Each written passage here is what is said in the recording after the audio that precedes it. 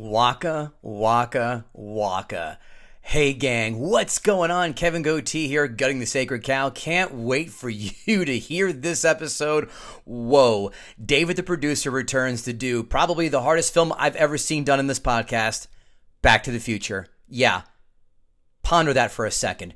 Before we get into it, reminder, hey, thanks for everyone who came to the live show. What a rousing success.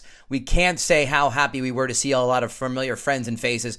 We love everyone who came, and we love those of you who are going to listen and appreciate that episode in the next week or two or three or four or five or six. I don't know when it's going to come out. Next, of course, let's talk about those 5-star ratings, 2 or 3 sentence reviews. Keep them coming, folks. You know we love them. We need them for the algorithm. That really does help. And of course, patreon.com/GTSC. So $5 a month gets access to our vlogs where we do That Doesn't Happen, movie quotes, movies we've seen, movie news, all the usual shenanigans. Let's see if Dave the producer can do the absolute impossible and gut Back to the Future. It's not a lie if you believe it. Kevin Israel named that film. Nope. I have it. David the producer, one of our fan favorites, nay enemies, according to the group. Do you know what line that film is from? I don't. I'm trying to think through it, and I got nothing. It's not a lie if you believe it. Fast Times at Ridgemont High. Who said it? Damone, when he's telling the nerd kid about buying. Yeah. Shit, I should know that. I thought that was a pretty easy one. I'm not going to bullshit. Kevin Gootee, Kevin Israel are back. Here we are, Gutting the Sacred Cow yet again. Another fun-filled edition. And our guest today, I mean, there's never a loss of love for this man, especially his wife. But right now, since he's on the show, David the producer joins us. Hello, sir. How are you? I am doing awesome. And I will tell you that leading up to this specific episode, I have caught more shit from your audience that you have no idea. I'm getting side DMs. I'm getting tweets. I can't even tell you how much shit I've taken for this. Well, listen. If there's a knock at the door, don't answer. Yeah, it's Jim Garrison's ghost trying to lock you up with fucking Tommy Lee Jones, Clay Shaw. That's it. God, I'm good at this stuff. So David, the producer, and this again, I love David for many reasons, but his zero fucks, I know it's a cliche, but his zero fucks attitude is perfect because people quote to us, you know, my favorite episodes are Pretty in Pink. Your wife did that one. The Goonies, you did that Goonies. one. Dirty Dancing. Goonies was like a turning the corner moment for our podcast. I feel like 100%. People really caught on to what we were doing with David's gutting of the Goonies. 100%. And that's where I think our podcast really turned that from first gear to second gear. And we're like, oh, this is some decent shit here. So David has done, again, remind me. So Pirates of the Caribbean, Goonies, right. Dirty Dancing. Am I missing one or is this number 4 for you? No, well, this is number 4, and I'll take you back down to first gear after this one. Don't worry. So David alluded to all his hate tweets and DMs. David has decided to do, and I swear this is becoming hack, and it makes me sick saying it, but Kevin Israel, we said this from Jump Street. Oh, wow. This is 100%. one film that would never, ever face scrutiny. David, the producer, has chosen 1985's all-time Americana classic, Back to the Future. My brother Brian, I know who's listening too, has tagged me on text with the oh my God, who are the hardcore twins in the late 90s, Kevin Israel, on WWF? The black guy and the white guy, ECW dudes. He goes, if you need me to tag in, I'm right here. The Dudley brothers. The Dudley brothers. The Dudley boys. Yvonne and I forgot the other goofball. My brother goes, he goes, you call me Billy Ray. Bubba Ray. Thank you. Yeah. All the wrestling fans like, you should know this. My brother texted me 5 times. He goes, you're shitting me. You're shitting me. You're fucking kidding me. He goes, I'm ready to tag in. And go, don't. And I sent back a quote from Pulp Fiction. You don't got to worry, Jules. I'm on the motherfucker. Go back in there, shell those blanks out, and wait for the wolf, who should be coming directly. Back to the Future. 1985. You and I had a conversation before after I picked the movie, and we were texting back and forth. And you go, yeah, are you really sure you want to do this movie?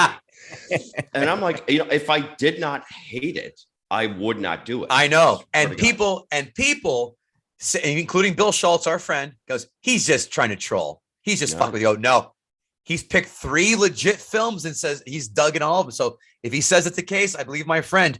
1985, a budget, $19 million, a box office haul of $388.8 million. Now, turn that into 2022 money.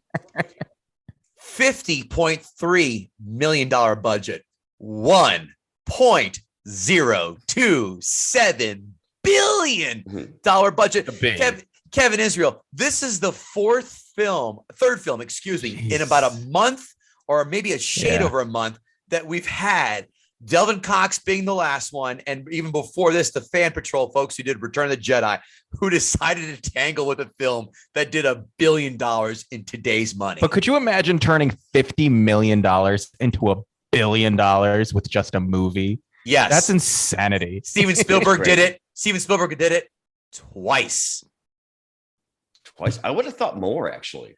I mean, I have to go back and look at Raiders. I think Raiders probably has to be there too. Let's just assume 3. I'll look at Raiders.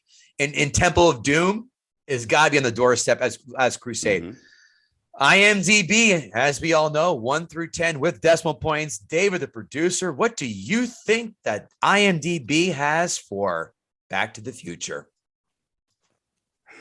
8.7. Kevin Israel. I'm going to go a little higher. I'm going to go 9.1. 8.6. David, the producer, missing it by one cunt hair. Kevin Israel, Rotten Tomatoes critic score 1 through 100. You know the drill. Hit me. 82. David, the producer. I'll go 88. 96. You guys are fucking retarded. Stop it. This is you should know better than that. Come on. I thought this was going to be like critics, middling, and audience high. That's what I thought too. All right. Well, then audience score, David, the producer. What do you think? 4,000. No, I'll have to go. Jeez, that's a hard one now. 92. Kevin Israel. 95. 94. Oh, Split the baby. all right. Split the baby. I'm Googling right now. So I'm looking at Raiders of the Lost Ark scored $389 million. Now, 1980 money to 2022 money. 81. Let's Google that. What did I say? 380 what? 89, did you say? 389 million. All right. 389 is, that can't be right. That's 39 million. And then there's a 0 in there.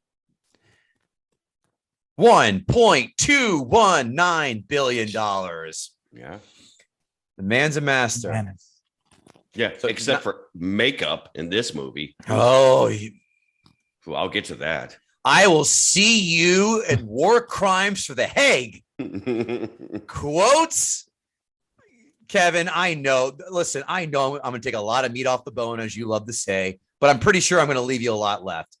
And this is, again, my brother Brian. This is his favorite movie of all time, so I'd be doing him an injustice. Number 1, hey, you, get your damn hands off her. Say hi to your mom for me. The underrated, I got your car towed over here, and all you have is light beer. And I love this line. David, his brother, God damn it, I'm late. Gets up in his Burger King uniform.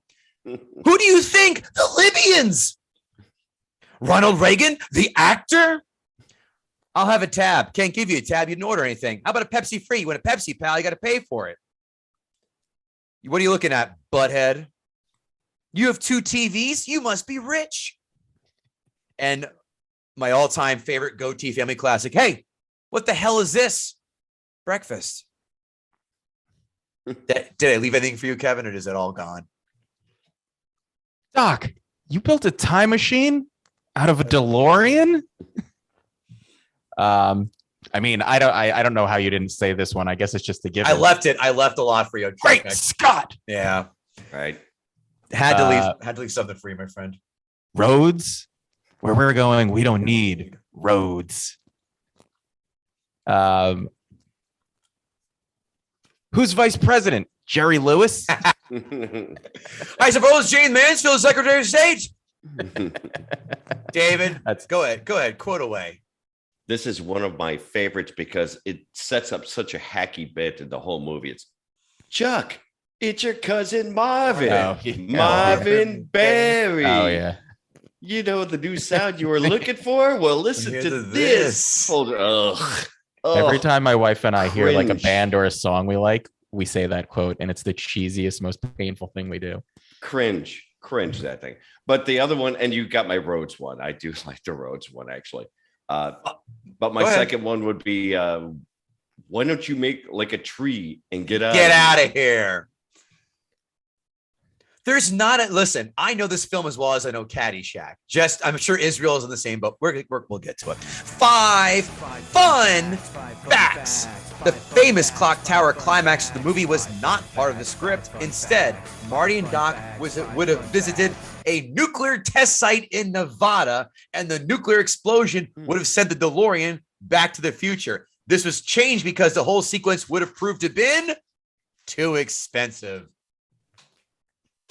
Well, they would have made it back. Yeah. With their balls glowing. Yeah. Sid Sheinberg, head of Universal Studios, did not like the title Back to the Future. He sent a memo to Zemeckis and Gale outlining his reasons and asking to change it to, want to take a guess? The answer's in the film, actually. Oh, I actually saw this on How You Make Movies or whatever that documentary thing is. We had that guy on our podcast, by the way, Brian Voco Weiss. Did you? We Awesome did. Guy. It's an interview. Awesome Yeah, he's great. The answer, go ahead, take a guess if you want to venture one. The answer's in the film. The answer, Spaceman from Pluto. Ugh. The title of George McFly's book. That's right. Luckily, producer Steven Spielberg stepped in. He replied to Sheinberg's memo with one of his own that simply said, Sid, thanks for your humorous memo. We all got a big kick out of it. Thanks, Steven. Passive aggressive. Love it. Fuck you. Number 3. The script for Back to the Future was rejected how many times? 15. Dave, the producer. Oh, he froze again. Yeah, sorry about that. No, it's okay. I'm just waiting. Gotcha. I'm just waiting for my bourbon to come back up. No, Juliet. the to come back up. Bourbon. Yeah, exactly. Snap. How many times do you think Back to the Future was rejected by the studios? I heard quite a few times. I'm going to say 4. 44. What? Listen, every time I get knocked down trying to pitch my shows to a network, my wife goes, Breaking Bad was turned down 17 times. I go, but my show's not Breaking Bad. All right, let's speak. Breaking Bad is the goddamn greatest show ever. 44 times. Columbia said it was, quote, too sweet. Universally originally said time travel movies don't make any money. And Disney said, ready? It's too incestuous. But then they go and buy Return of the Jedi. Yeah. Number 4, in the first drafts, the time machine was a time chamber, a room that Marty would go into and be zapped back into time. Then that changed into a big 1950s style refrigerator that Marty would climb into, and the refrigerator would travel back in time. Zemeckis and Spielberg scrapped the idea when they became worried about children climbing into the refrigerators and became trapped. And then Steven Spielberg used that idea for Indiana Jones Part 4. Yeah. Which fucking sucked. You know what I very specifically remember as a kid? There was a G.I. Joe episode, the now you know, and there was the PSA was about kids climbing into refrigerators, like discarded refrigerators. And I even remember as a kid thinking, is this a problem? Is this something that's happening a lot? The one that always stands out to me, Roadblock, driving up in a Jeep where there's a live wire down the highway. Yes. Yeah. And I forgot, he said either A, you'll be deader than fried chicken, or B, deader than barbecue. Either way, I paid attention because Roadblock was my favorite G.I. Joe. Great. Number 5. Biff Tannen, the real character's name, of course, Thomas Wilson. He's a comic, stand-up comic. And whenever people meet him, he hands out a card of FAQs. Yes, I'm Tom Wilson. Yes, I'm Biff from Back to the Future. Michael J. Fox is nice. No, I'm not in close contact with him. Christopher Lloyd is nice. Leah Thompson is nice. Crispin Glover is unusual, but not as unusual as he sometimes presents himself. Eric Stoltz originally played Marty, but was fired due to performance issues. We had a couple personal issues, but it's all fine now. He has a song about it. Yeah. I did not. My brother saw him do stand-up live because he performs on his stand-up. He performs the song that's exactly everything you just said, but in song. Yes. It's a goddamn shame he's never made it to more notoriety. It's weird too, because it's not like he felt like a one-trick pony with this, or he had a look that was like, oh, he could only be Biff. Like he could have. I'm really surprised because he was so good in this. We'll get into it. Nothing says comedy like an acoustic guitar on stage. I'm just saying. Just ask. Oh God, I don't know. Doesn't Carrot Top play guitar too besides props? No. I'll go fuck myself. Well. It's time for our favorite subject, which David alluded to earlier. Ask a gutter. Rex Crumb says, I'm just going to label the attempted gutters of these two classics, last night being Jedi, tonight being Back to the Future, as commies who should be deported to Gitmo. Not a question. That's a statement. And I totally tell that guy to go fuck himself. All right. He's a journalist. Yeah. The Something Something podcast, our pals who do those fine pieces of artwork where I can't Photoshop, as you've seen by the earlier episodes, but they do a great job. He has a question for you. They've redone Fresh Prince as a very serious drama, Bel Air.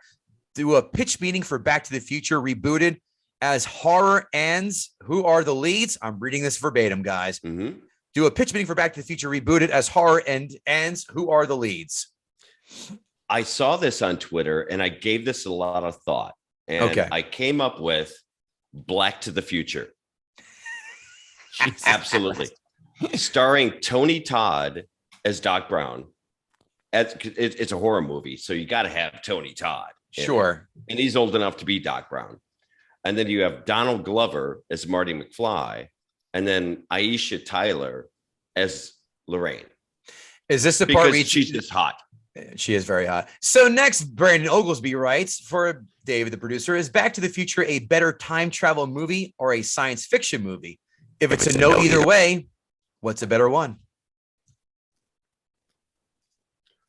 It has a lot of gaps in the time travel. You know, when you look at that genre, and there's so many movies that are out there.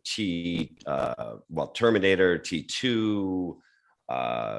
There's a zillion of them out there. I don't have to tell you all of them.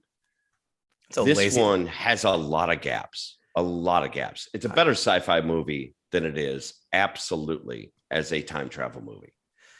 At Pedestrian, Back to the Future is a good one, and John Mulaney kind of took down its main glaring gripe. Why would a teen befriend a disgraced physicist? That's kind of pedophile-like. I think their relationship's a little weird. I don't know. It makes no sense.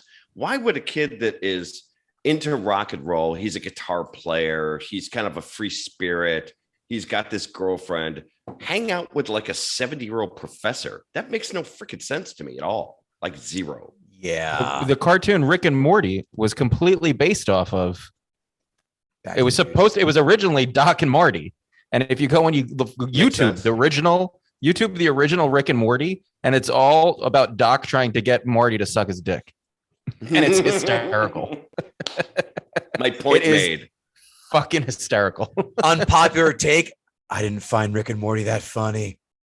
I'm not a Rick and Morty fan either, but what it was originally supposed to be, when you know that it's supposed to be Doc and Marty and they weren't, making any bones about it, no pun intended. It's really funny. At Taco Shirt Krillin, my question is, what's the second craziest thing you've ever done in your life next to trying to take Back to the Future down? It was second craziest thing. I didn't see that question. Okay. Second craziest thing.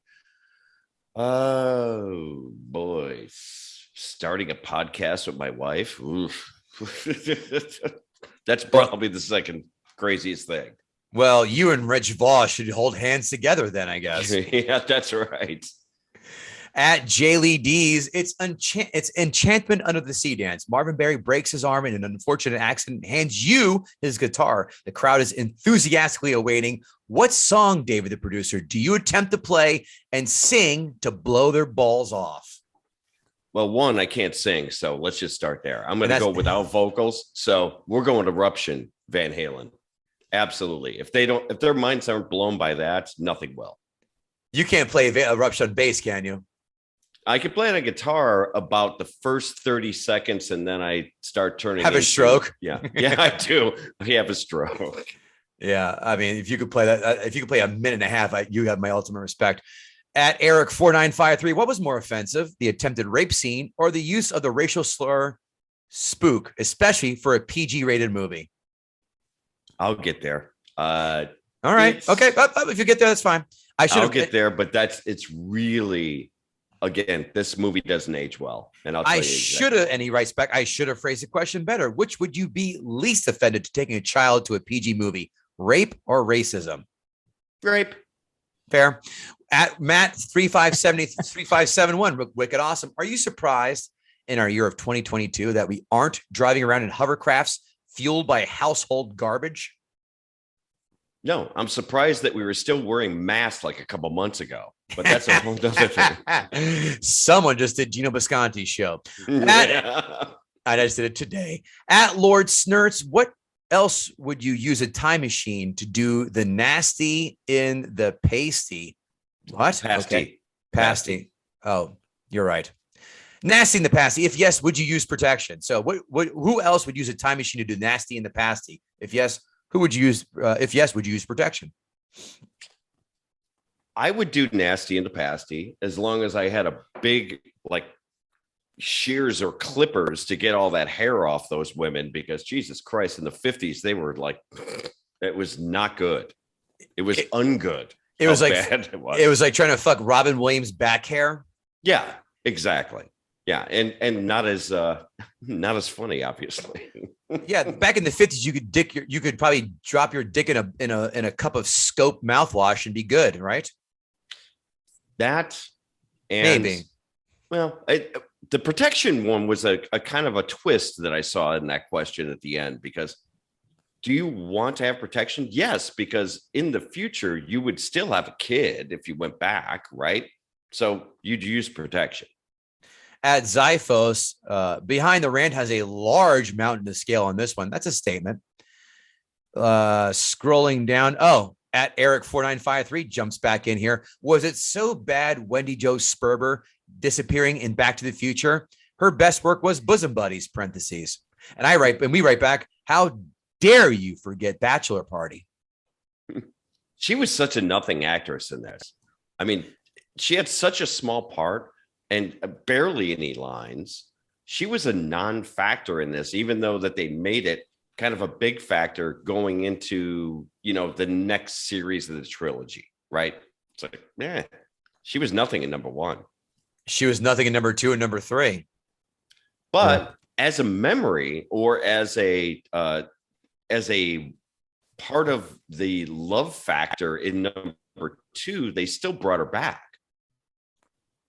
I don't remember her at all in number two. Wasn't she back in number two, or am I crazy? No, it was Marty's daughter and his son were in the future. And then the alternate 1985 had nothing to do with them. Right. And then 1885 brought nothing of the sort to them. That's right. Yeah, she wasn't in the Western version. But in the second one, I thought that she was at the door, but didn't they replace? No, it was Grandmom and Grandpop. It was George and Lorraine McFly with the pizza. Yeah. That's it. Wait, who were we saying wasn't in two? The sister and the brother were not in 2 or 3. Yeah, no. Right. This was it. Can you imagine those two? Like, holy shit, this movie made a fuckload of money. Steven Spielberg, ring, ring, ring. Come on, ring, ring, ring. Oh, it's not there. Well, they look like they were adopted. They didn't even look like part of the family. I don't even know how they made it in the first one. All right. Well, we'll find out. And now let's have a word from our sponsor, Athletic Greens. Kevin Israel, I love Athletic Greens. I know you do too. I love it for several reasons. You know why? because it contains less than a gram of sugar, no GMOs, no nasty chemicals or artificial anything, and still tastes good while supporting sleep quality and recovery. Why are you a fan of Athletic Greens?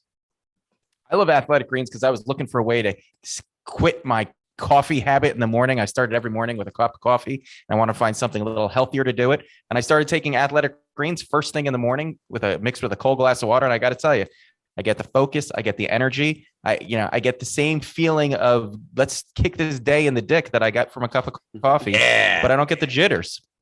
Athletic Greens founder discovered this because it cost him $100 a day to come up with the same supplements that you can get in Athletic Greens for less than $3 a day. What a bargain. It's cheaper than getting all those supplements yourself, and you're getting all the mental clarity and alertness, all that in one pouch. Now, over 7,000 5-star reviews. And you know how we are slaves and suckers to 5-star reviews. But most importantly, when you go to athleticgreens.com/GTSC, you are going to get a free 1-year supply of vitamin D and 5 free travel packs with your first purchase. That is athleticgreens.com/GTSC to take over ownership of your health and pick up the ultimate daily nutritional insurance. athleticgreens.com/GTSC. Here we are. Kevin Israel, I am like Pavlov's dog after ringing that bell 5 fucking times. I am salivating to hear this argument. So we are not going to keep our friend waiting any longer. It is time for David, the producer, to gut the sacred cow. All right. I have to start off by saying that I'm not taking either two movies. Yeah, I loved it. This movie was awesome. My God. Now, just watching it again, and I was sitting there with Juliet and we're watching it and I'm taking notes and I'm, doing my little thing. And she's like, do you really hate this movie? And I go, yeah, no, this movie really sucks balls. I do not like it. Now, does your wife like it? I'm sorry. I have to spoil it. Loves it. Okay. Oh my God. She's like, you better come up with a goddamn good argument because this is a beloved movie by literally everyone. Everybody. Anyone that is over the age of 30 loves this movie. So I'm like, okay. So I'm going to start with a preamble by saying I'm not taking into account the other 2 movies in the trilogy, because if I did that, it would take 4 hours to go through this bullshit, because the arguments of time travel and everything else, it would be way, way, way too long. But my arguments are based on basically 2 core elements, and that's time travel and how the movie is not aged well. 2 very simple core factors. And I'm going to start with time travel. With the very first time travel, the entire theme of the movie. Well, let's start. Well, I'm going to back up a little bit. The entire theme of the movie is about time, right? The first scene is with Marty. He's late for school. Doc Brown, he's always flustered and pressed for time. The clock tower, etc. You can go on and on and on about all the elements of time in this movie. They have plenty of time. They have a time machine. Has no one figured that out? No one has to be in a hurry. They have a time machine. And as a matter of fact, Doc had 12 of those plutonium casings in that case, which meant that they have 12 trips that they could have taken to change any of the movie or change any of the timeline or change any of the things that happened. They had 12 opportunities to do it. Okay, but let's look at the very first time travel segment that they had. It's the dog, right? The dog gets in the car. They send the dog back a few minutes as a test. But they establish through the course of the movie that it takes either a plutonium canister or a fucking lightning bolt to get someone back. So who reloaded the DeLorean when the dog came back? Did the dog reload that? Really? The dog. Did you not see Benji? Come on. Wait, I can explain that one. Oh, here we go. I'd love to hear it. It didn't go back. It went forward in the future. He had him jump forward in the future. So when 1 minute, there was no return trip. He had him jump a minute into the future, or 5 minutes into the future, whatever it was. 1 minute. Mm-hmm. So that's when he looked at it and he was like, "We're a minute behind where he is."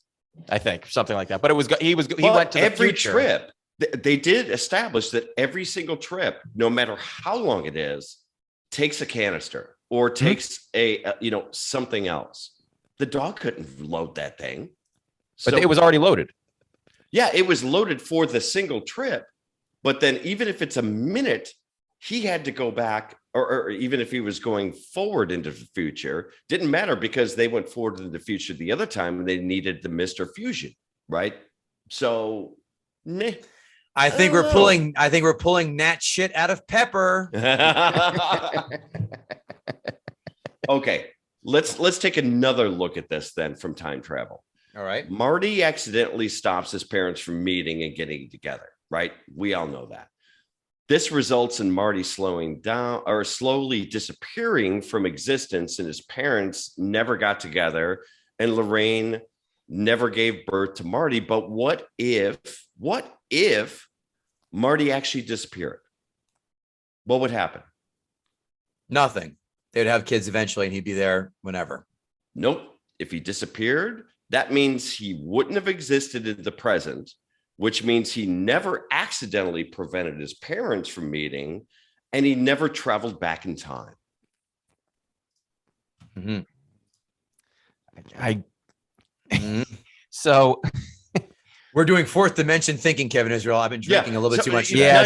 You have to remember, this is all about time travel and how bad and how sucky time travel movies are. Well, so you're right. But so here's the thing. And I'm loath to get into this, but save it. But we have to have this discussion. I know. So in the second movie, when Doc he goes to the board. This is about the first movie. And I understand, but they explain the science in the second movie. So he shows that, well, so we're here, and then you go back and you change something and you create an alternate reality here. Mm-hmm. This reality would keep going. So the problem is, once they explain that, if you go back to the first movie and consider what they've done, right, they didn't actually correct anything. They just created a new reality.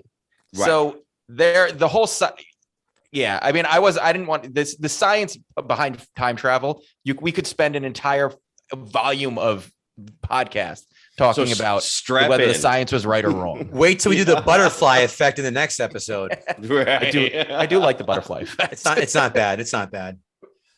That's not a bad movie. Actually, I think that one gets time travel probably more right than any other movie I've seen.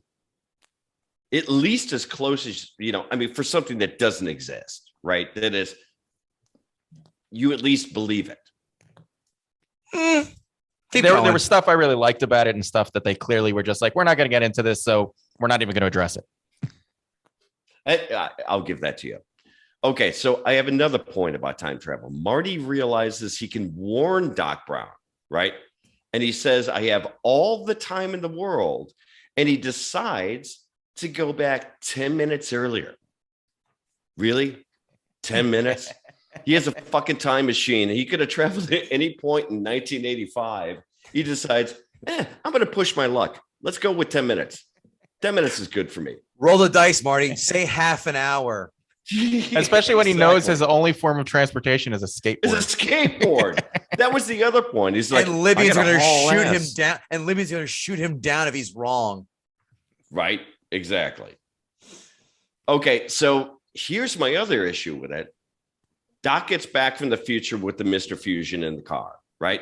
Which means he can go anywhere and any time and could have erased all the previous travels and the need for plutonium altogether. That was a non-factor at that point. When he created the Mr. Fusion, he could go back. But it wasn't a negative effect they created, so why go back and screw with that timeline? Everything worked out for the best. Marty came back. He still discovered time travel. He bumped his head in the sink. Everything worked out for the best. Why go back and fuck with that and saying, hold on, I want to be environmentally sound instead of not doing a nuclear fusion. I can do garbage instead and then skew everything else. No, I'll just keep as is. I'll just let this slide.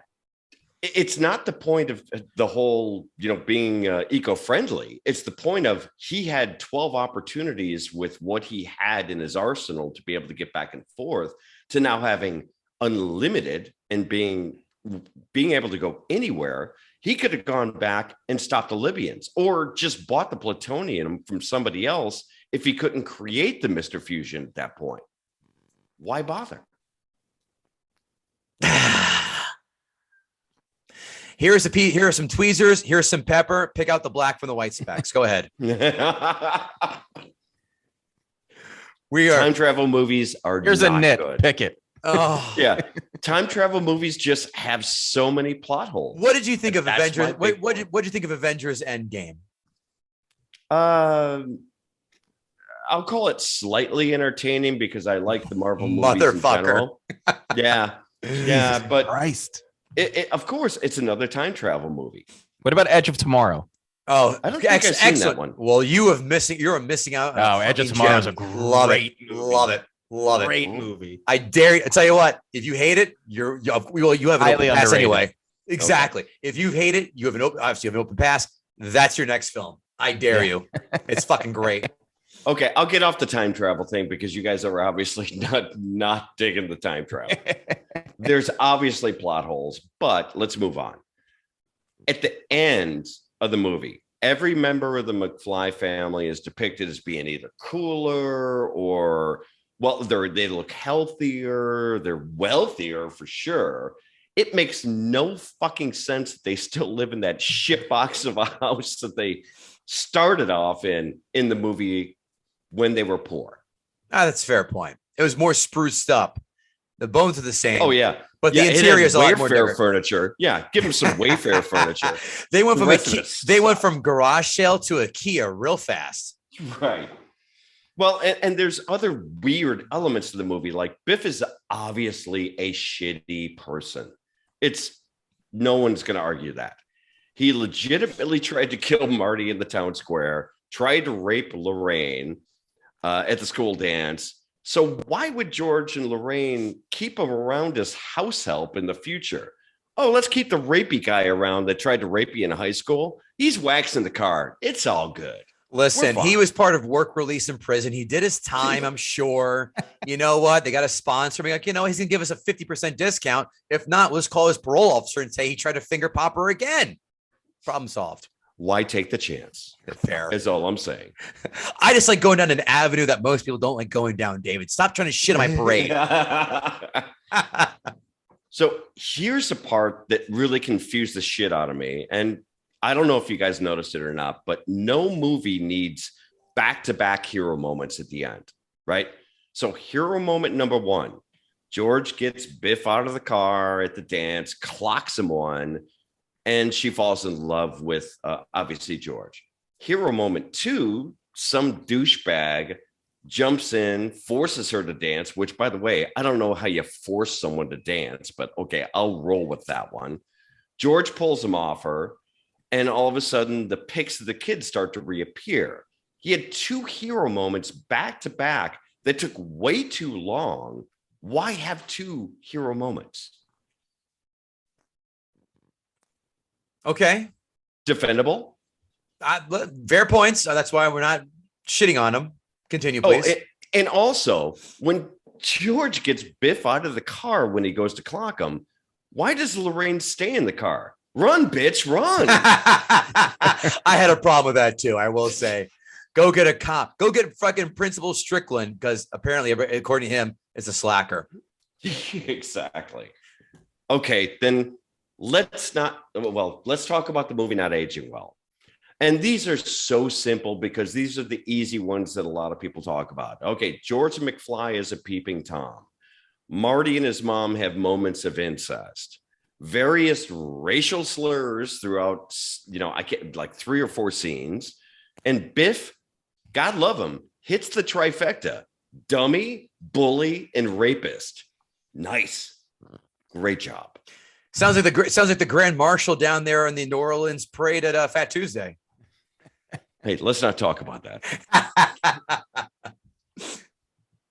Okay, and I'm just going to end my argument with my favorite section of your show, which is That doesn't happen. Stop. I'm going to bask in our glory. Kevin Israel, we fucking made it. What else when people quote our own shit back to us? That's why I have a soft spot in my heart for you, son of a bitch. Continue, please. I love that doesn't happen. Me too. On the show. Doc Brown gets hit by lightning and all of a sudden starts running down the street celebrating Marty's departure. Yeah, that doesn't happen. You don't get hit by lightning and start celebrating. That's just saying. Notes. Yeah, fair. It's in my notes. Continue. He looks up Doc Brown in the phone book and says, "You're alive." He knew how old he was. Why would he say he's alive when he knows he's alive? Good point. Dumb. So there's my arguments. I stand by them. Court adjourned. Give me a number 1 to 10, David, the producer.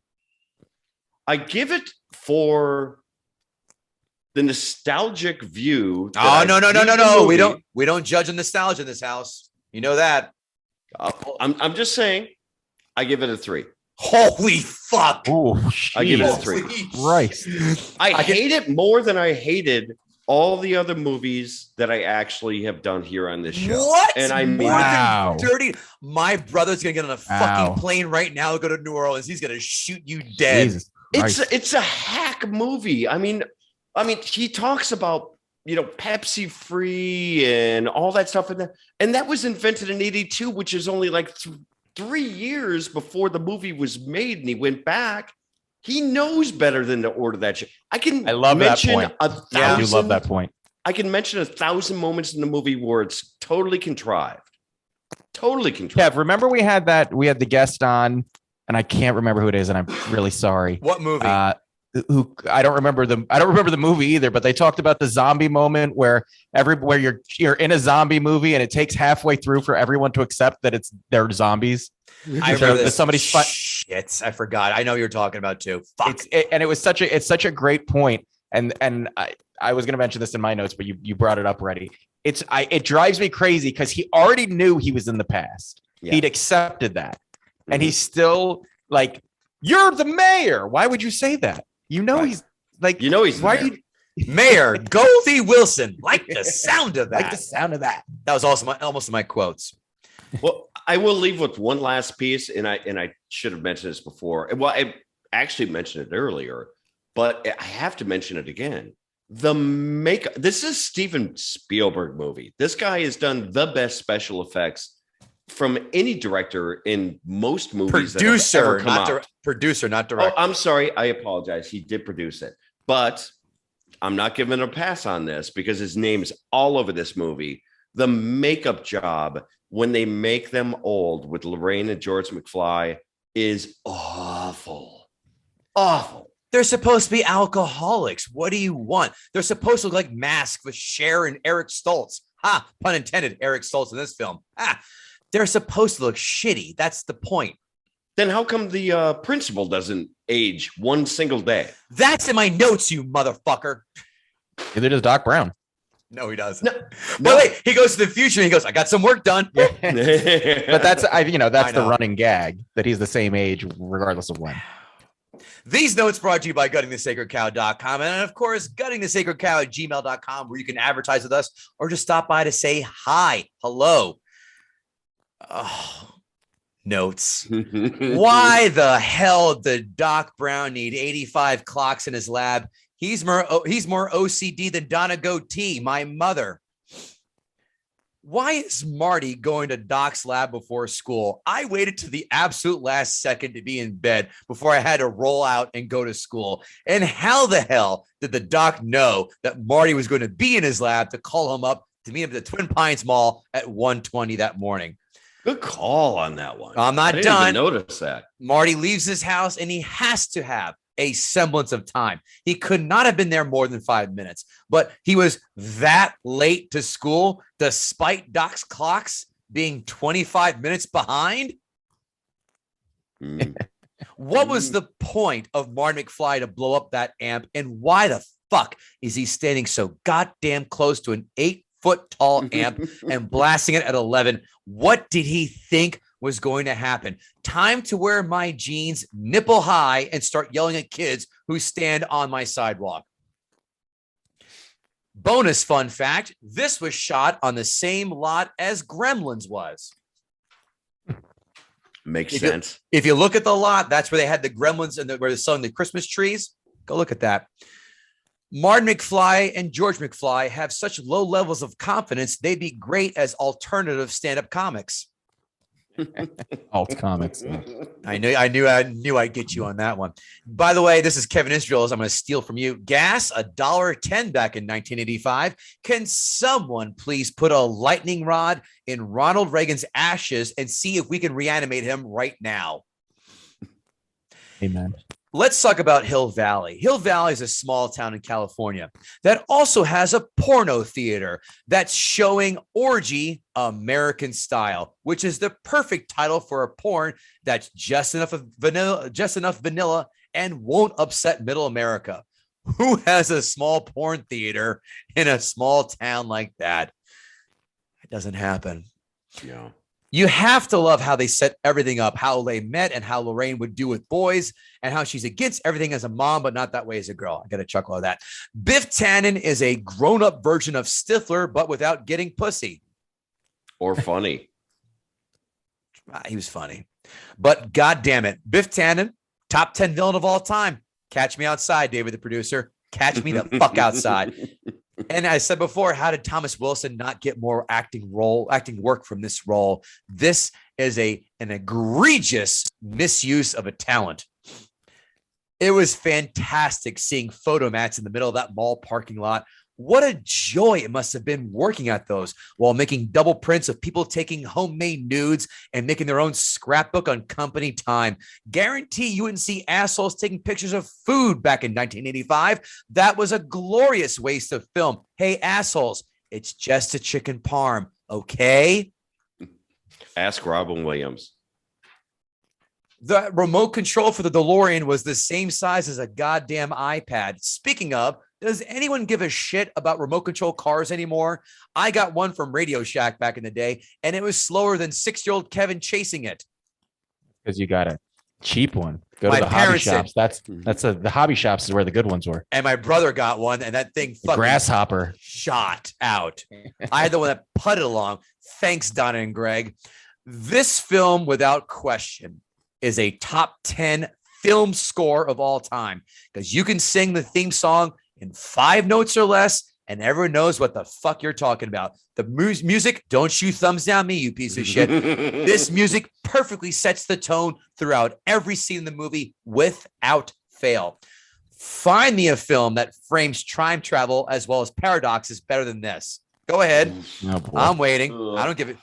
None of them. Wrong. You know, by the way, when I run to check out a sound outside that might be a potential burglar, I always bring a comic book to help me identify a potential burglar. How about you guys?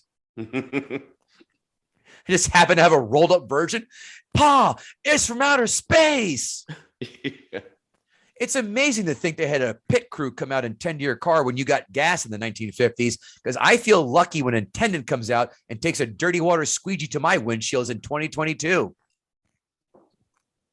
So George leaves the diner and beelines to scope out a woman changing. I guarantee he was the first to be in line for the Oculus to use it for porn. You're not wrong there. By the way, Marty gets hit by a car, right? And then Lorraine's family tends to him, lets him sleep for 9 hours. That's the last thing you do when you have a concussion. Just ask Bob Saget. Oh, wait, you can't. Oh, too soon. Too true. It's not. No, that's a gem. You fuckers didn't give the desserts to dessert. No, it's good. It's good. How is Principal Strickland still a principal 30 years later? Shouldn't he be counting down the days until he can sink his teeth into an undeserving pension like all teachers do? That's fair. Ingenious idea to have Biff crash into a manure truck in 2 out of the 3 films. I love that. I'm sorry. I'm a sucker for repetition with your shit. I bet the porno version of Back to the Future has Marty banging Lorraine saying, hey, first time I'm going into this vagina instead of coming out of it. Ooh, there's a visual. You're welcome. Yes. There's a podcast for that. is don't you plug anybody else in our podcast, you son of a bitch. Yes. We were on it. I don't want to state the obvious, but you did. Yes, the incestual tone is a very weird direction. Maybe the writer's mom is hot and this is his outlet, but hey, I've wanted to slide it into a lot of your moms. So there you have it. Do you guys, thank you. Do you guys remember the Back to the Future game for Nintendo? I do. And you know what? It was fucking terrible because you got on a skateboard and threw bowling balls at bad guys. That made Rambo First Blood Part 2 for Commodore 64 look like Call of Duty Modern Warfare. So it's like the movie. Perfect. Can I get Israel? Can we get a late flight out to New Orleans? I like the cute bats. we don't have to check baggage. I have an extendable police baton. The cute nods to things that actually happened. What's a rerun? Your cousin Marvin Berry, Ronald Reagan, the actor. I smirk. By the way, Wayne from Wonder Years is his older brother. Wayne. Yep. Yes. Thank you. Also, if you want to go even deeper, Pee-wee's Big Adventure. That's the guy's bike he takes it from while Pee-wee's dressed as the nun. No. I'll take it right now. I'll do Pee-wee's Big Adventure any day of the week, 10 times. You're not going to win. Hill Valley does not look like the kind of town that has a porno theater, a police helicopter, or a homeless person at all, ever. I have a problem. My biggest problem with this film is when Marty goes back to the future and the doc goes, so, Doc, the letter. Well, I figured, what the hell? So when did the devil may care attitude come in? Please explain that to me because you just can't say, fuck it, after you spend an hour and 45 saying, I can't be having any contact in the future. It's going to screw up future events. That was a perfectly logical argument to keep the space-time continuum intact. All right. If Marty's brother has an office job in a suit, why the hell is he still living at home? I thought that too. It's great. Yep. Get out there, get a 1-bedroom apartment so you don't have to bring the interns back to your parents' house, you cheap piece of shit. This film has been, as I said, on our bulletproof list for 2 years and change, and I thought it would never face scrutiny. Here comes David, the producer, huffing and puffing. He will not be broken down, trying to play the role of naysayer and troll us. There's a reason this film is taught in college classes as a perfect film. And hint, it ain't nostalgia. It's because this film has 0 fat. This film score, top 10 of all time. Like I said before, hum 5 notes. You know what the fuck we're talking about. You love everyone in this film, and you all despise Biff Tannen. And the tease for the sequel at the end, love it. Completely organic. I have no idea how many times I have seen this film, and I have no idea how many more I will see it. This film is perfect. 10 out of 10. 10 out of 10. God, perfect. Are you kidding me? I want to give you a 9.5, but I want to spite you because you did make some good points. I want to say 9.5, but I will not allow that to happen. This film is fucking. I'm going to give you one more point. Okay. And let's see if we can get you down half a point. All right. Okay. So obviously that she has kids like the daughter and the son. The son is Dave, right? Sure. He's the oldest son, right? Appears to be that way. Yeah. Why wouldn't she call him Marty? Good point. Mm-hmm. It's a good point. It's a good point. Mm-hmm. That's who she had to name one of her, a son, Marty, because she remembered it back in the day. It was a big deal to her. She had to do it. You know, it's been kind of cool. And this is, again, 37 years after the fact. My God, I saw this when I was fucking 8. Oh. If you saw when they go in their new house, nostalgia, it still holds up. Right. I hate you. If they would have shown a scene where the carpet was burnt, because he said in the past, if the kid sets a fire in the carpet, yes, that would have been cool. Okay, here's another thing that I can gain a half a point on. All right. Okay, here's the issue that I have with these. God, this. You're going to get bad with the whole time travel thing. Okay. So Marty Oh, fuck it. I'm not going to make the argument because you're going to tell me to go fuck off. I can already hear it in my head.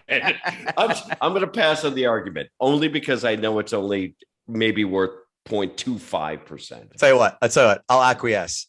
Yeah. 9.75. 9.75. Wow. You're a giver. I don't drop my score often, Kevin Israel, do I? But here you go. Now it's time for my equal half to, I'm sure, empty all barrels into your anus. Kevin Israel, the floor is yours. All right. Is this movie based around an awkward relationship between a high school boy and an old man? Yes.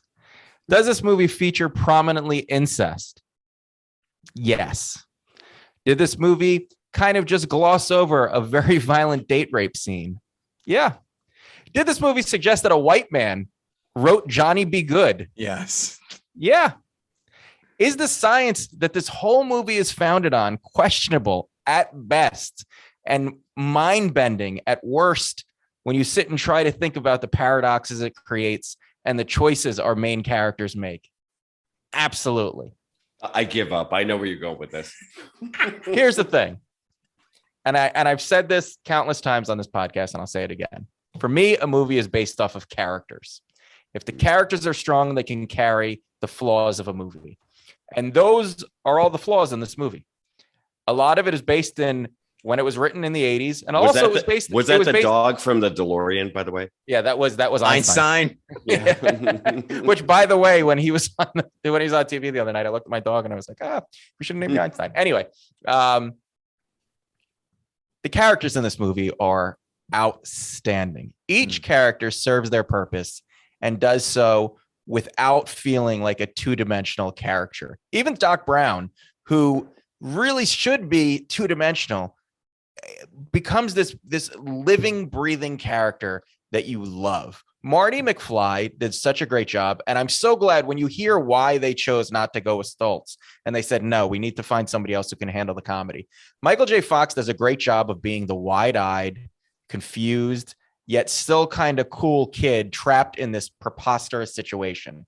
And it's so great that he's able to sort of be the straight man to a lot of the nonsense that's happening while still feeding the audience his sense of awe in everything that's going on as he's trying to grapple with getting back to the future.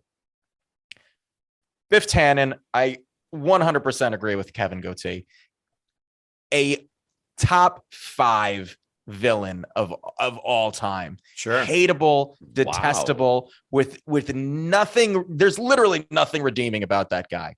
The only thing that becomes redeeming about him is you find out in the later movies that he actually kind of gets a clue as to the idiot he was, but it turns out he actually just becomes a bigger asshole as he gets older. Such a great hateable villain that motivates everything in this movie. It's fucking fantastic. Here's, for me, the real value of this movie. This movie took an over-engineered, underperforming stainless steel car and turned it into a goddamn icon. The DeLorean would have been the DeLorean would have been an unrecognized footnote in car lore were it not for this movie. It turned what was a bankrupt venture into a cult classic that people are still grasping to get these cars. They've never even tried to recreate the car because it's such an iconic vehicle. And it is a terribly driving, terribly performing, heavy, uncomfortable. It can't even make it to 88. Poorly engineered car, but it is fucking iconic car. And it's all because of this movie. This movie set up so much. So many movies have tried to recapture what this movie created. And here's a great point. When your movie is referenced in other movies about the same topic, so many time travel movies say, so you're basing your whole theory on Back to the Future. I'm pretty sure that was from Avengers. This movie became like almost like a meme within a meme because it was done so incredibly well. I love the concept of time travel. I've read countless novels about time travel. I've seen probably almost every movie about time travel. I think it's a fascinating concept that sometimes is handled well and sometimes is not. I just saw The Atom Project with Ryan Reynolds, which was about time travel. Yeah, and it's not that great. I thought it was fucking terrible. Well, yeah, it was bad. And Looper is too. Yeah, right. Looper's not bad at all. I like Looper. I like what Looper tried to do. The first half of Looper was awesome. Then it got all convoluted. But we're not talking about Looper. But you're right. And it's a complicated, really, really difficult concept to deal with. And I like that Back to the Future just says these are the rules we're going to set up for ourselves, and that's all we're going to deal with. Like you will literally just bend over backwards trying to get yourself out of the time travel hole if you over explain it. I just recently read a novel that really, really got into time travel, and the book was good, but they got so deep into the time travel physics that it lost the enjoyment of reading just a story about time travel, because the author desperately wanted to make it make sense and without the paradoxes. And when you do that, you just lose the story. And that's why they were like, you know what, this is what it is. Fuck everything else. And you're right. You're absolutely right. You can go back 100 times and say, well, he could have done this or done that. But the point is, it sets up great characters on a pretty simple plot. I mean, the plot is pretty basic, and Kev's right. It has no fat on it. The movie runs incredibly fast. There really are three very clear cut, 3/3 of the movie that you can pick out, and it's all done without any nonsense. And it is just such a great movie. And it's a movie that so many other movies have tried to follow and have failed miserably. Even the sequels, and I like the sequels, but they still never capture the magic and the perfection and the tightness of that first movie. I mean, you guys both covered all the main points, but for me, this is all about just the memorable, incredible characters, even like the little side characters that keep popping back up. Like you said, like the principal, the mayor, everyone keeps popping back up. And it's just like this little fun, like, it just runs so well. The skateboarding scene with the manure, iconic, just absolutely iconic. It's so great that the few little warts you could find in this movie are absolutely overshadowed by just the amazing plot and the incredible characters for me. And my last point is that when I first met my wife and we both discovered that we loved movies, which is like kind of how we realized we were going to be good for each other, because we will watch anything together. I asked her what her favorite movie was, and she said Back to the Future, and I was like, wow, yeah, I think this one might be the one. Yeah. So I disagree with Kevin. I don't think it is a 9.75 because it's a fucking 10. I was gonna say 10. I had 10 written down, and I was gonna say it because you know what, he made a few good points. I'll give him credit, but you're right. I had 10 written down.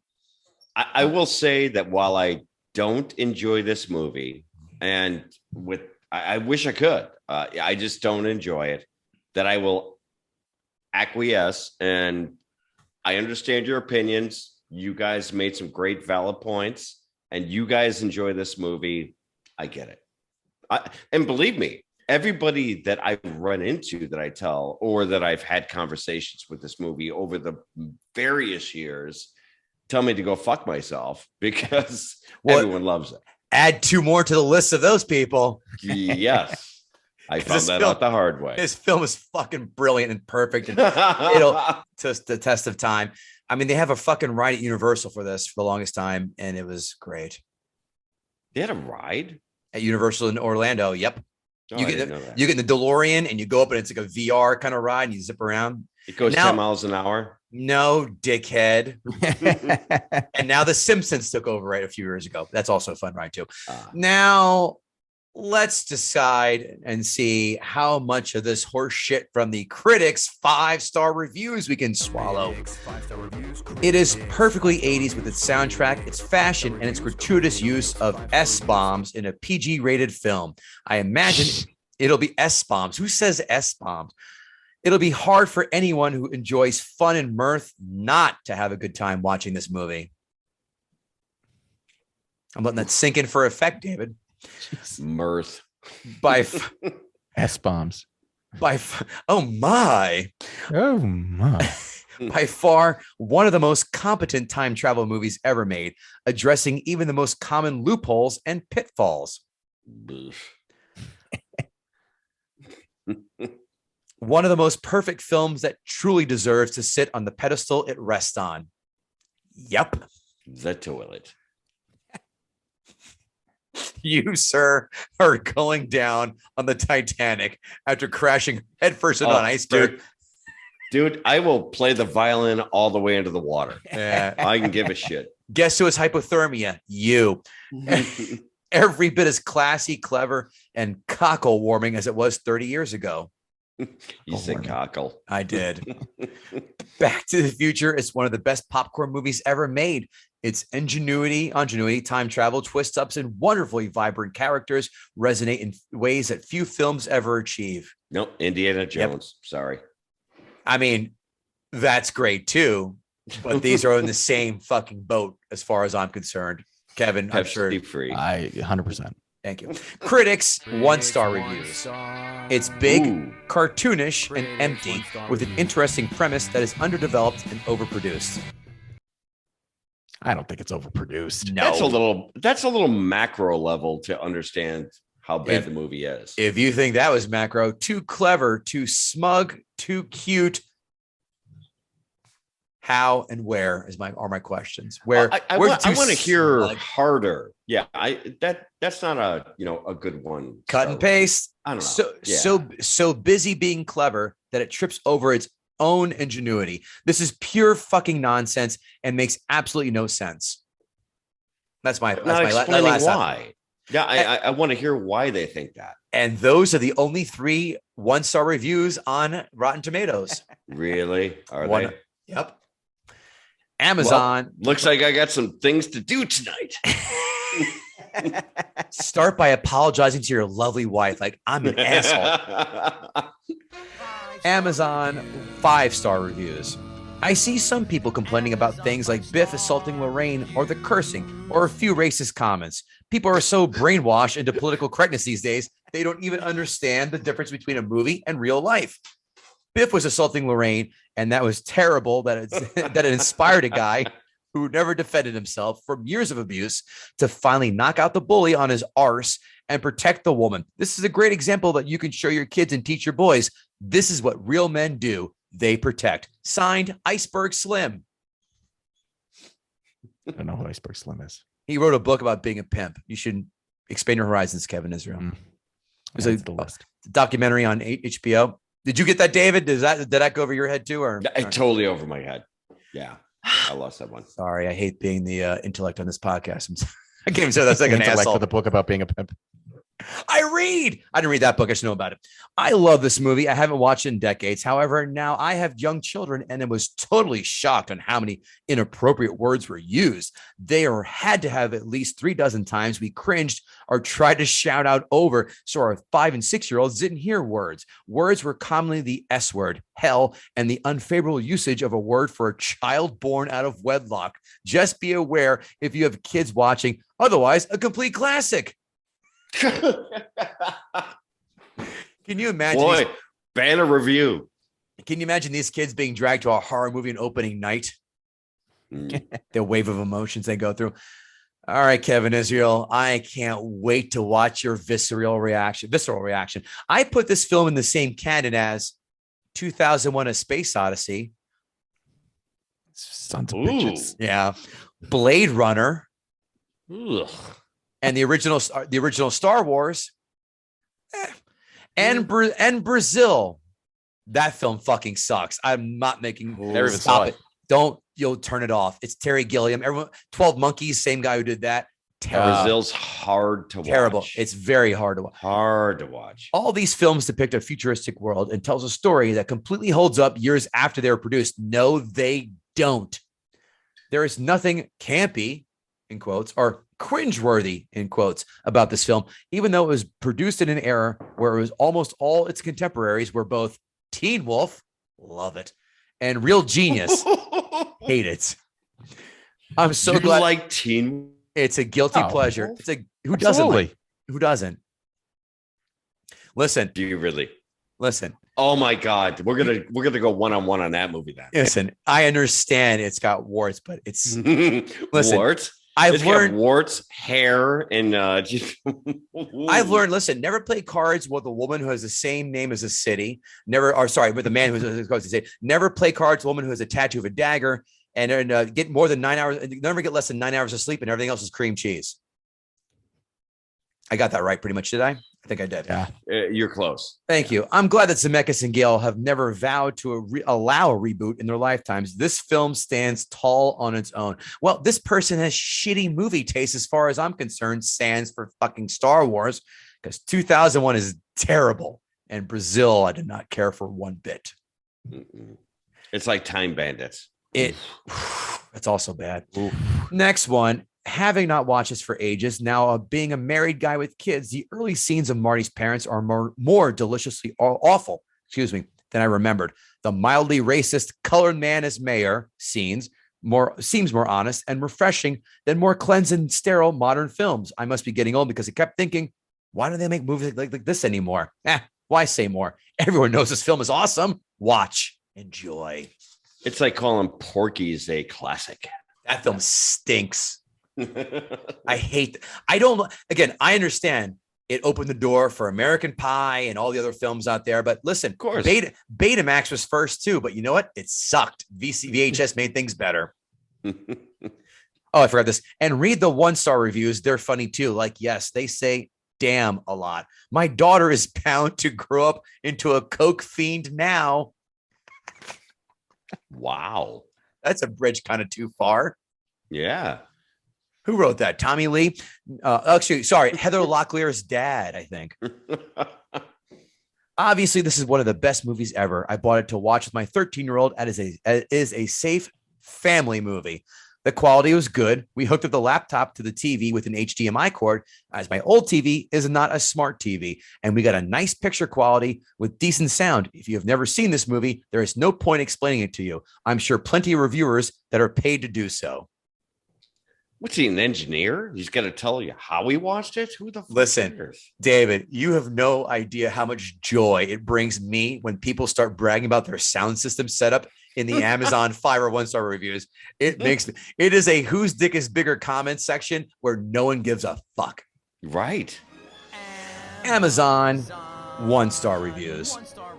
Full of blasphemy, incest, hijinks, and the main character can't handle hard rejection. The dude, Martin McFly, is a wuss. Hey, he did handle rejection and overcame it, you morons. You know, this is why I didn't go hard in the paint on all of the woke stuff in the movie, right? I mean, there's racism, we know. There's, that's how they talk in the 50s. Yeah, apparently I didn't go hard on that stuff because every movie in the 80s had elements of that were either sci-fi or comedy. Sure. Everyone. Right. So I cannot blame them for that. Kevin Israel, this one's for you. It's my fault. I didn't read the fine print. All the other movies we've had to rent for 48 hours to 3 days, and I came back at about 25 hours to finish with watching with my boys. Just a disappointment is all. So make sure to look carefully. Safety tip. It would probably be okay if you have a low IQ. Signed, Corky from Life Goes On. I watched. Yeah, listen. Back, yeah. No one's been a Corky reference in a while, and I'm glad to do it. A couple decades. I watched this movie based on media obsession that it's been 25 years since the release. After watching, I was disappointed by the shallow depiction of the human condition. And here, kids, is another pseudo-intellectual who finds pizza, puppies, and ice cream repugnant. Next one. Crazy American humor. Signed, Yakov Smirnoff. Wow. Last one. That's ungood. Not sure why everyone loves this unrealistic film. Why a kid hangs out with a doctor. So many other plot points, especially when they go back in time. Where does he get his money from? They answer that. He inherited it, you dickheads. And why not tell his mom what is happening? Too confusing to me. Didn't like, would not recommend. How many kids do you boys know that asked to turn off a movie because too much cursing is going on. Exactly. That doesn't happen. Right. I'll give you that one. Kevin Israel, this is customary for me to ask it at the end of every podcast, but I'm damn sure I know where the answer is going to be. Did David, the producer, gut the sacred cow? Son of a bitches. No, but I still love him. And that's what matters. I do too. I love him for starting us down such a strong path. I love him for all of his appearances, for his effort, for his support. And I still love him because he has a nice red balloon to hold. Right? I still love him, even though he is absolutely wrong on this one. Yeah. But you know what? I respect the effort. 100%. You've got balls that Don Jameson has only managed to equal in our podcast journey so far, as he has attempted. He is his first two films are going to send shivers up your fucking butthole. Are you ready? He went after his first attempt, Die Hard. The hard one to do. Love that movie. His second film, The Matrix. Fuck that movie. Yeah, I agree with him. Yeah, motherfucker. And his third film, Leaving Las Vegas, which was, I actually had the opportunity to meet Keanu Reeves, and he signed my Matrix DVD. Oh, look at you, humble bragger. No, humble brag was that my son, who was 13 at the time, got to play video games with him while I was opening for his band, Becky, in Chicago. Was it Dogstar his band's name? I thought it was Dogstar, something like that. It was, and then it was Becky. So it was one or the other. So Becky was the last band he was in, and my son hung out with him and just did video games, and I sat there and had to play like a monkey on stage. Didn't get a chance to meet him. Yeah, I didn't get to meet him. My son did, bastard. Way to slow roll that story, asshole. By the way, speaking of Back to the Future, Leah was actually on Juliet's show. What? Yeah, Leah Thompson. We had her on the show. I mean, I'm sure she's been busy in the last 10 years, right? No. Hello, sarcasm. Party of not two. So much. She's a dear. Wow, but she's a sweetheart. Oh, yeah. I can imagine. Well, very listen, nice. David, the producer. It is an honest to God. Always. God, I love you guys, but fuck you both. I love you both. We love you. You always have an open invite. You know that. We appreciate the shit out of you for having the temerity to try and do this, because this was a Sisyphean task. And just like Sisyphus, you are toting that boulder from back down the bottom of the mountain. I get it. Before you depart, why don't you tell the fine folks what you're up to, where we can find you, all that good stuff. Oh, just, look for Juliet's podcast. I'm the producer of her podcast. You can go to theunwritablерant.com, find her podcast. That's where everything's at. She does celebrity interviews. She has storytelling, blah, blah, blah, blah, blah. I'm just here just to have fun with you guys. That's it. Oh, that just tickles the cockles of my heart. Cockles, part 2. Kevin is and fuck you guys. You do need a time machine, by the way, for earlier today. I mean, to get rid of these bald spots. Sure. I'm all about that. Fuck. Kevin at 45. Kevin at 45. Listen, Kevin at 35 was fantastic. Kevin at 45, still pretty good, but the wear and tear is starting to show just a little bit.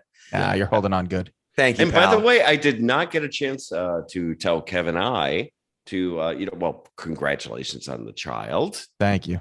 Nice job. You conceived. Hey, dickhead, to do with it, but thank you. I had a kid too, but 6 years ago, 6.5. Yeah. With my congratulations. Sure it's yours. It's not all about I didn't see KG. a DNA test. I didn't see the test yet. Believe me, if I get in the room, she'll go, "That is your kid," because she'll yell, "Yeah, buddy," and free money. I'm not even joking. That's what she does. And she'll go hug Gino Bisconti. Yeah. Gino loves her. He goes, "She's in the first grade." I go, "I know." Kevin Israel, besides your adoring son, what else are you up to? You can check out kevinisrael.com for all my tour dates and blah, blah, blah, blah, blah, comedy. But please make sure to leave us a 5-star rating and a quick sentence review on our podcast platform of choice. KG constantly calls out the best 5-star reviews. And if you want to get recognized, and it makes us happy. It's just such a great way to tell us how you appreciate us and we'll do the same in kind. We're out here working our asses off for you. So do your part. We'll keep doing our part, and God bless America. Wow. There you go.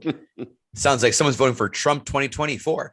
KevinGootee.com for shenanigans, debauchery, guttingthesacredcow.com, Gutting the Sacred Cow on Patreon, patreon.com/GTSC. $5 gets you Kevin Israel and my thoughts every week on That Doesn't Happen, quotes, films that we've seen. It's so little to ask for. What the hell? Just to help keep the lights on. We hope you enjoyed the part. You know, I'm telling you, it's slowly making its way into the lexicon. And boy, if Viagra, which I don't need, doesn't get me tumescent, this does, is when people say that doesn't happen, because it's fucking genius. I'll pat myself in the back. But yeah, Gutting the Sacred Cow. And if you're watching on YouTube, or if you're even listening, go to YouTube, subscribe to us. I don't give a shit if you turn off the notifications. We just need 1,000 subscribers so we can get paid. Thank you very much, guys. David, the producer.